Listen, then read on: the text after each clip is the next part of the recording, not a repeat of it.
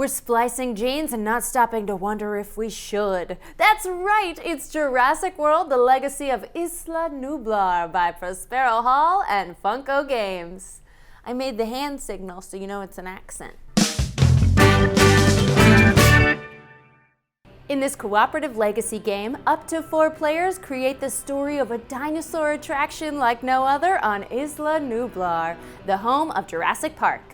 Over a series of game sessions known as adventures, players work together to control the dinosaurs, deal with events, and complete crucial objectives. Players are trying to build a safe and successful park. You begin with opening the box. The first item you'll see is a warning not to take anything out of the box until instructed to by the rulebook. Page 2 and 3 of the rulebook introduces the game and tells you what components to unpack and when. 2 important parts of unpacking the game. The Ring of Rule cards are an extension of the rulebook and provide details on various components of the game. New rules will be added to the ring as you play the adventures. The carton labeled items contains item cards, 6 of which say starting item at the bottom. These start unlocked and go in front of the divider. All other item cards stay behind the divider, upside down and in order. Setup for Jurassic World involves general setup and adventure setup, which is specific to each adventure and detailed in the adventure guide. The general setup begins with the game board placed center. The board represents Isla Nublar. The island is split into sectors, each with a number from 1 to 6, and a corresponding color. Sectors are further divided into zones, which are numbered from 1 to 20. Shuffle the dinosaur cards and reveal them in a face-up row next to the board. Set the attack dice, zone die, and raptor claw nearby, along with the blue dinosaur round cards face down in a pile. Shuffle the sector cards and place them in a face-down deck on their space of the board. Next, get that ring of rule cards ready. They contain instructions for setting up the buildings. First, place the buildings' mats face up next to the board, and then follow the setup instructions for those buildings, which each have their own card on the ring. Take the 7 consequence tokens and shuffle them face down. Then place them still face down on the consequences area of the board. Create a supply of all other tokens separated by type alongside the board. Take the unlocked item cards from the carton and set them nearby. Set each dinosaur figure in its territory, the square zone showing their image and symbol. Each player receives a reference card and a character base. Then the players evenly split the 9 action tokens. In a 2 or 4 player game, 1 token will be left over. Place it on the compass rose on the board. Gameplay for an adventure begins first with the prologue. In this phase of the game, players will open that adventure's envelope and complete the prologue steps in the adventure guide. Players take on the role of park developers, making decisions on the park's progress and growth, often resulting from the antics of their previous adventure. You can complete the steps in the guide as you read them, or if you want more information on what's ahead, you can read everything until you reach a stop sign. Then go back and complete the steps before continuing past the stop sign. After completing the prologue steps, continue with the adventure setup in the guide. Now, players take on the role of characters in the park, working to control the dinosaurs, deal with events, and complete objectives. Once you've finished the setup, the adventure occurs in 5 rounds, each divided into 5 steps. Reveal round card, scout sectors, take actions, activate dinosaurs, and end of the round. First up, reveal the round card. In the first round, you'll flip over the round 1 card. Reveal the card and do what it says. Sometimes it will provide a new effect or action characters can take as long as the card is face up in the row. Some also have a consequence symbol indicating an urgent problem for the park. Each round that passes without resolving the problem, players will face the consequences. More on what that means in a sec. Next, scout sectors. Set 1 sector card from the deck face down on each of the sector areas along the bottom of the board. Check the location of the characters and reveal each sector card which has a character in that sector, even if they're inside a building. In round 1, since all the characters are at the helipad in sector 1, you'll only reveal that card. Sector cards provide info on items that can be found and how dinosaurs will activate in that sector. More on that later. Next, in the Take Action step, each character may take actions, one for each action token they have. Characters can take actions in any order, even between other players, and may take the same action multiple times. Each action must be completed before a new action can be taken. In the case of a 2 or 4 player game, the 9th action token, the one on the compass rose, can be used by any character, and who uses it can change each round. Let's talk actions. These include Run, which allows a character to move up to 2 spaces. More on movement and spaces in just a sec. Lead, which also allows a character to move 1 space with 1 or 2 followers. Followers are tokens that represent people and animals in the park. Characters and dinosaur figures are not followers. Okay, let's explain movement. A space is any zone on the board or any room in a building mat.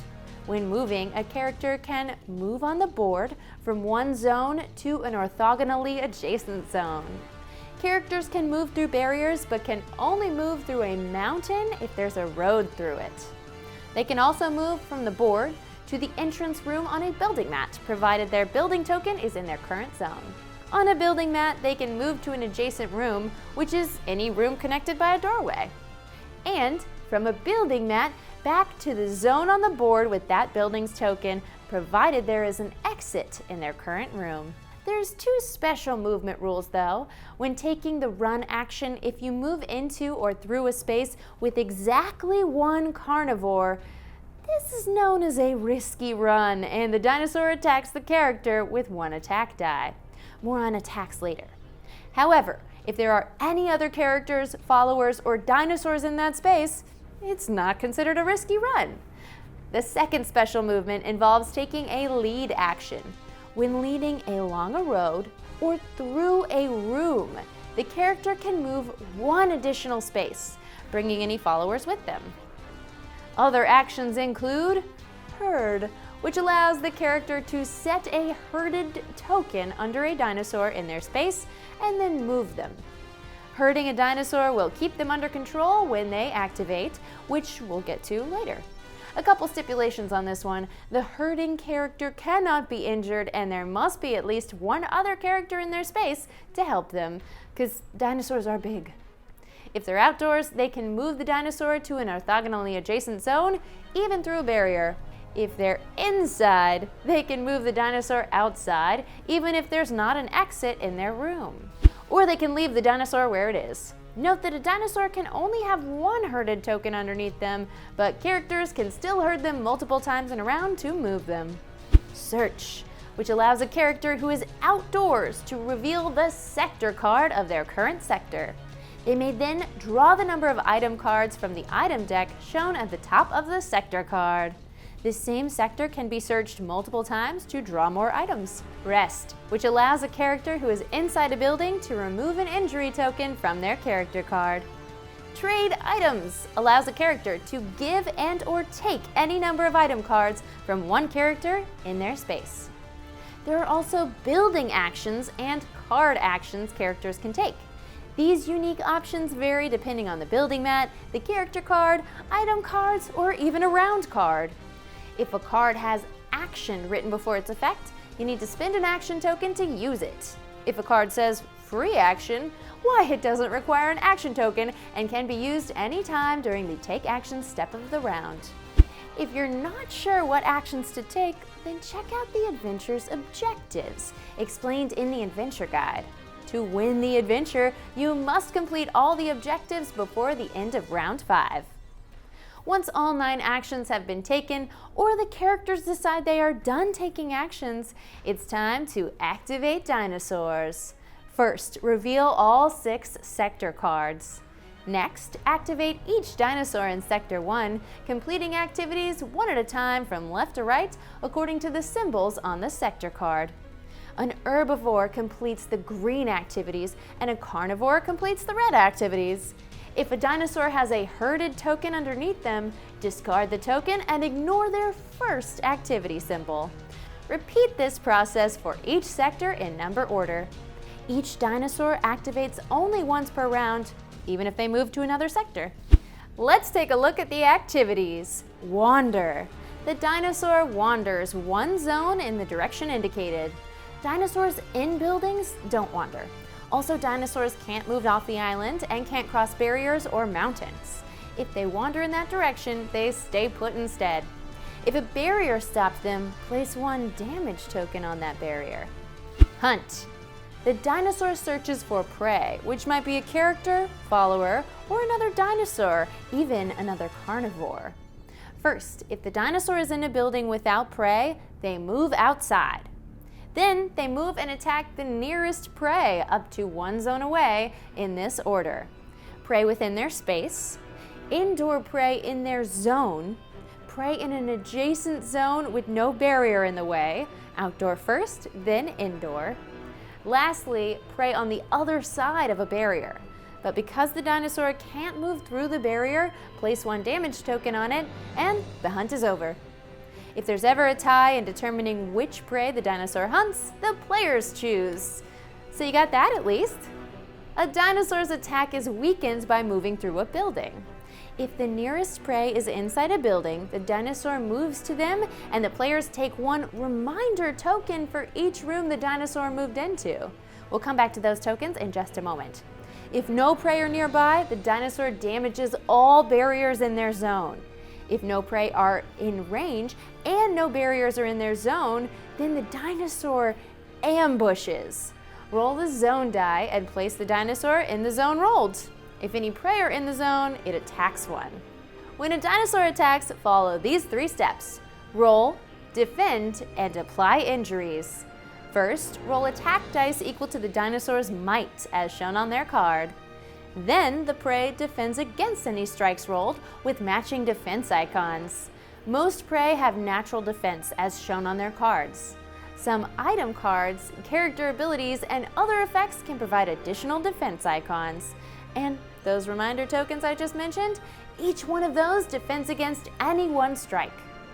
Finally, for each strike that couldn't be defended against, the prey receives an injury. If the prey is a character, they set their injury tokens on the edge of their card. Characters can only have 2 injuries at a time. For each injury they would take after that, the players suffer a consequence. Each time the players suffer a consequence, flip a random consequence token on the board face up.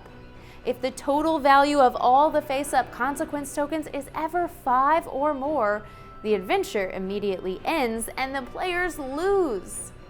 Dinosaurs also receive injuries by setting tokens on their card.